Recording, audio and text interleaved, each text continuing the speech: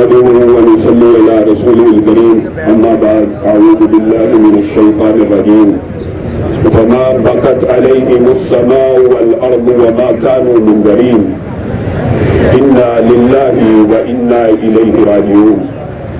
معزز سامعین گرامی قدر، اللہ رب العزت نے کلام حمید میں فرعون کے پورے لشکر کے غرق ہونے کا ایک منظر پیش کیا، اور کیا کہا؟ فرعون اور آل فرعون اور وہ سینکڑوں ہزاروں سمندر میں ڈوب گئے۔ فما بقت علیہم السماء والارض، نہ آسمان رویا نہ زمین روئی اور نہ ان کو مہلت ملی۔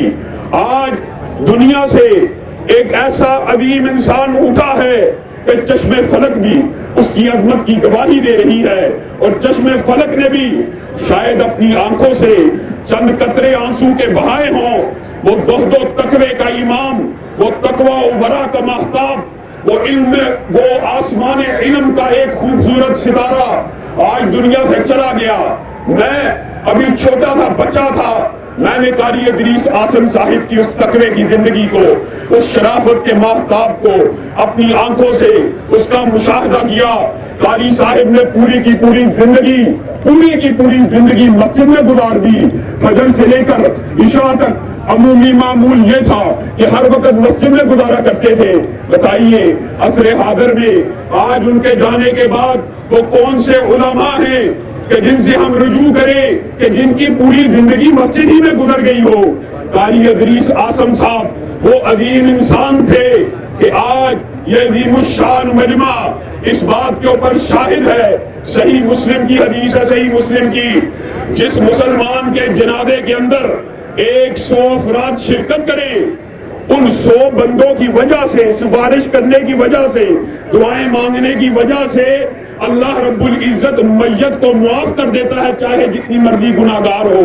اور صرف 100 بندوں کی بات نہیں ہے، اسی صحیح مسلم میں اگلی حدیث کہ 40 افراد ایسے ہوں جنہوں نے اللہ کی ذات کے ساتھ کبھی شرک نہ کیا ہو۔ اور آج الحمدللہ میں دعوے سے کہتا ہوں قاری صاحب کے جنازے میں ان لوگوں کی اکثریت ہے کہ جنہوں نے کبھی اللہ کی ذات کے ساتھ شرک نہیں کیا۔ 40 بندے جنہوں نے اللہ کی ذات کے ساتھ شرک نہ کیا ہو، وہ کسی کے جنازے میں شامل ہو جائیں تو وہ جتنا مرضی بڑا گناہگار ہو، اللہ رب العزت اس کے گناہوں کو معاف کر دیتے ہیں۔ اور اسی پر بس نہیں ہے، بخاری شریف کی طرف آئیے، حدیث کی دوسری کتابوں کی طرف آئیے۔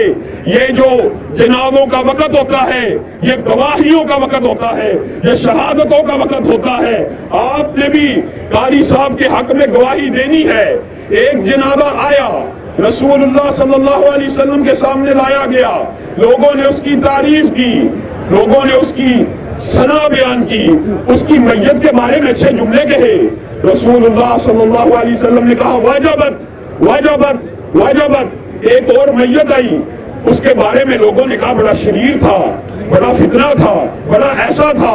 رسول اللہ صلی اللہ علیہ وسلم نے کہا واجبت واجبت واجبت۔ حضرت عمر سے رہا نہ کیا، پوچھنے لگے اے اللہ کے رسول کیا واجب ہو گیا؟ کہا جس کی تم نے تعریف کی اس کے اوپر جنت کو واجب کر دیا گیا، اور جس کی تم نے برائی کی اس کے اوپر جہنم کو واجب کر دیا گیا۔ انتم شہداء اللہ فی الارض، آج یہاں پہ جتنے آئے ہیں وہ زمین کے اوپر اللہ کی طرف سے گواہ ہیں، اور گواہی دیتے ہو کہ نہیں دیتے؟ ہم نے قاری صاحب کو اپنے گمان کے مطابق ہمیشہ نیک پایا، متقی پایا، ولی اللہ پایا، وہ قرآن کا عظیم قاری۔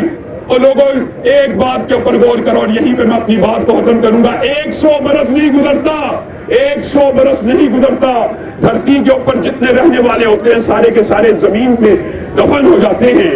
ہم میں سے جتنے آج شریک ہیں، کتنے ایسے ہیں جن کو اپنے پردادا کے پردادا کا نام بھی پتا ہو، پردادا کے پردادا کے لیے دعا کرنا تو دور کی بات ہے، ان کا نام بھی شاید ہم میں سے بعض کو نہ پتا ہو۔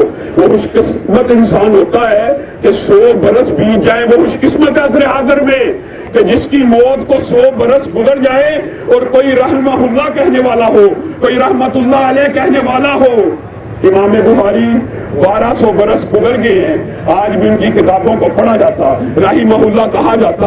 امام احمد ابن حنبل، امام شافعی، امام ابو حنیفہ، یہ سارے امام، ابن تیمیہ، مجھے اللہ کے ہاں یہ امید اور گمان ہے انشاءاللہ قاری صاحب بھی ان میں شامل ہیں کہ جنہوں نے دنیا کے اندر اپنے ہزاروں قرآن کے طالب علموں کو چھوڑا اور دھرتی پہ 100 برس گزر جائیں گے، قاری ادریس عاصم کا نام زندہ رہے گا انشاءاللہ۔